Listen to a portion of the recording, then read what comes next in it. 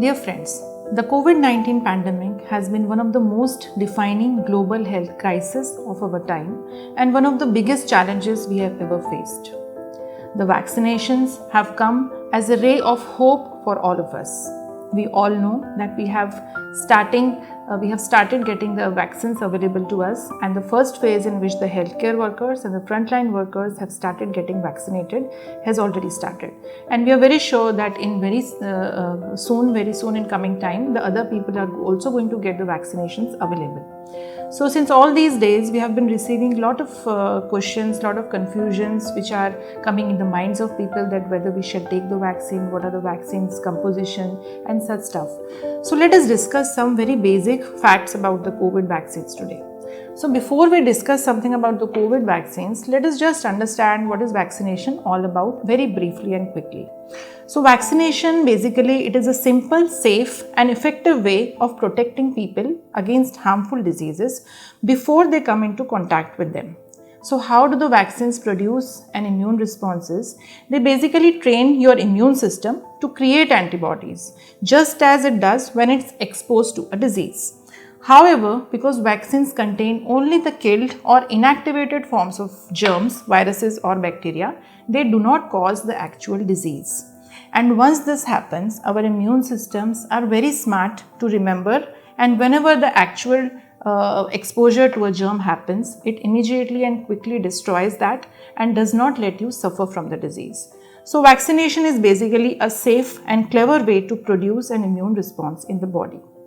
Now the next question is, how does vaccination provide immunity to the communities at large? Because we know that in the community it's always going to be like some people are getting vaccinated and there are certain people who are not being able to get vaccinated because of certain contraindications, age-related factors and certain other things. So how do the communities at large get immunity with the vaccinations? So what happens is, when a person takes a vaccine, he himself gets immune to the particular disease, and also the chances of him spreading the virus, transmitting the virus in the community gets reduced. So overall what happens is, the possibility of a pathogen to circulate in the community gets lowered, which protects those who have not taken the vaccine and who are still vulnerable to the particular disease condition. So this is an indirect protection which is offered to the community at large with certain people getting vaccinated. We also call it population immunity or herd immunity. So this is basically an indirect immunity, indirect protection to the people who have not been able to take the vaccines.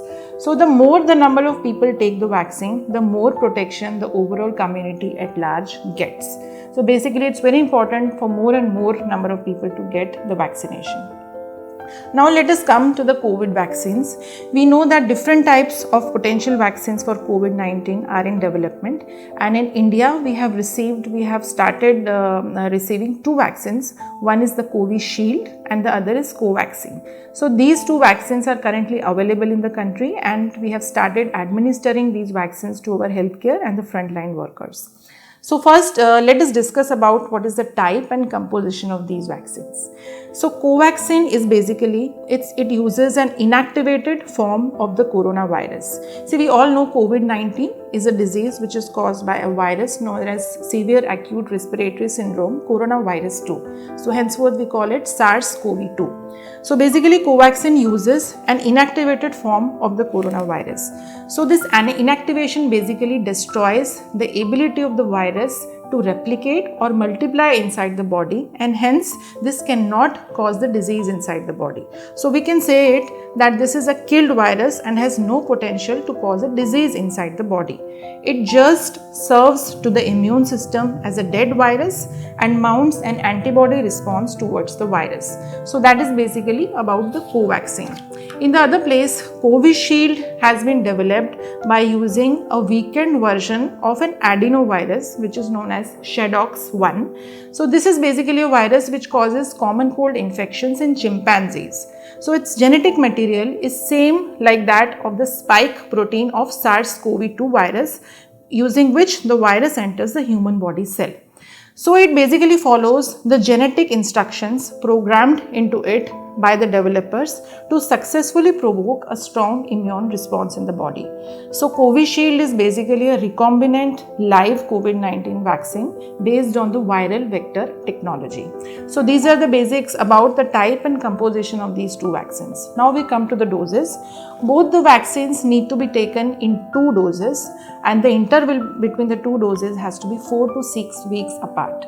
Now, if someone forgets to take the second dose of a vaccine, or because of certain reason misses the second dose of a vaccine at 4 or 6 weeks, it has to be taken as early as possible. Now, there are several questions regarding building of the immunity. After how much time after taking the vaccine am I immune? That is a question coming in everybody's mind. So we need to understand that our body takes some time to build the immune response after we take the vaccination. So usually 4 to 6 weeks after the second dose, the immunity comes in the body and we start having the immune response. So it's very important to know and understand this, because we have seen people who have been feeling immune right from the second day after taking the first dose. So we all need to understand this, that after we take 2 doses, 4 to 6 weeks after taking the second dose, we can say that we have built our immunity. The building of the immunity takes a natural time, and this is what is the time which is required for that. So in the meanwhile, we definitely need to take all the due precautions, which is the physical distancing, practicing the masks, using the hand hygiene measures, everything which we have been practicing till now. It's very important to keep practicing all of this till we start having the immune response in the body. Then comes who shall take the vaccine and who shall not take the vaccine. So both these vaccines are basically meant for individuals above 18 years of age. So it is not meant for people under 18 years of age. Now there are certain contraindications of the vaccine, which means that there are certain categories of people who shall not be taking the vaccine. So there are certain contraindications in which these people shall not be taking the vaccine, and there are certain temporary contraindications, by which I mean that these category of people shall defer taking the vaccine for some time. So the people who shall not be taking the vaccine are those who are less than 18 years of age. Then the second is pregnant and lactating women. They have not been the part of any trial, so they shall not be taking the vaccine. And the third category is the people who have a documented history of allergy or anaphylactic reaction to any kind of pharmaceutical product, any drug, any vaccine, or any food product in the past. So these are the 3 categories of people who shall not be taking the vaccine. Then comes the second category of people who shall defer taking the vaccine for now. So these people in this category includes people who have an active coronavirus 2 infection at this moment. They shall avoid taking the vaccine for now. The second category is the people who have received a plasma therapy or monoclonal antibodies in the past for the coronavirus infection. And the third is people who are acutely ill or hospitalized at this moment because of any illness. People who are acutely ill or suffering from any major illness and are hospitalized, they shall not be taking the vaccine for now. They can defer it for some time and take at a later stage when they are stable. Then there are certain precautions which need to be exercised with certain category of people. So people who have some bleeding disorders or coagulopathies, the vaccine has to be administered with utmost precautions under supervision. So these are the people who need to take the vaccines with due precautions. Then there are certain immunocompromised people who could be suffering from a disease like HIV, or maybe who are on some immunomodulator drugs which affect the immune system of the body.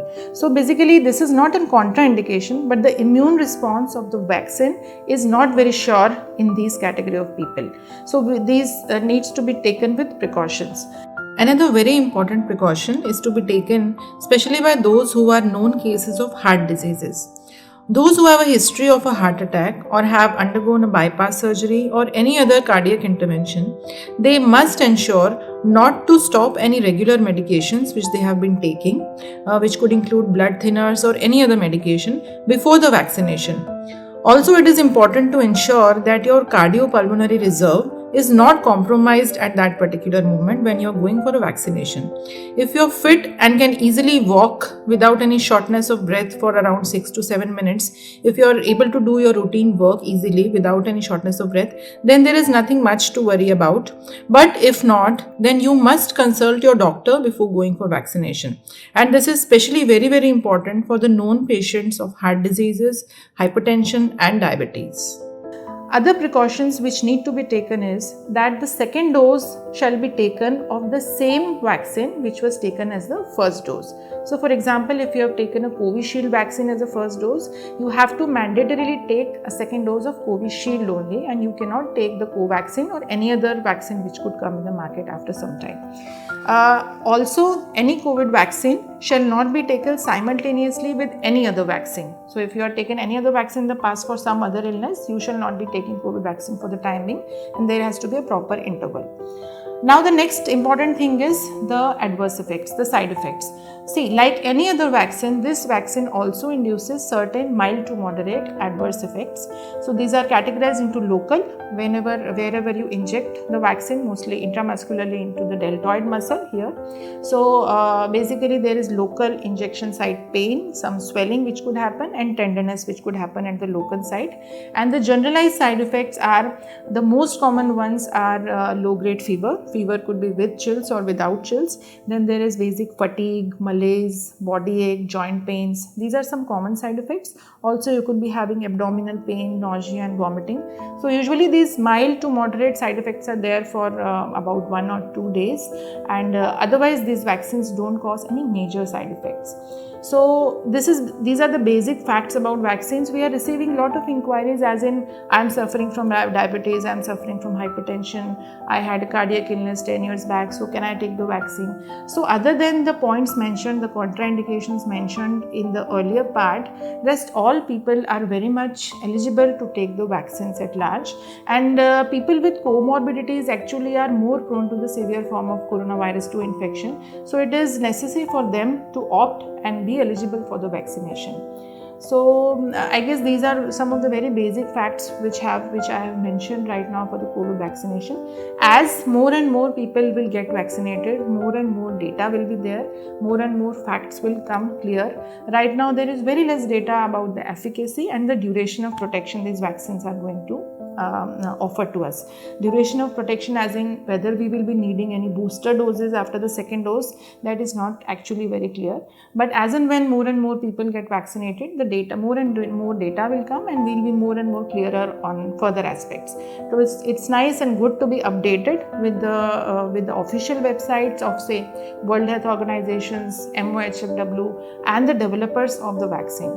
So it's good to be safe, good to be updated. And I'll say this is all the basic facts about the vaccine. I hope the information provided will be useful and will clear a lot of questions of everybody. Thank you.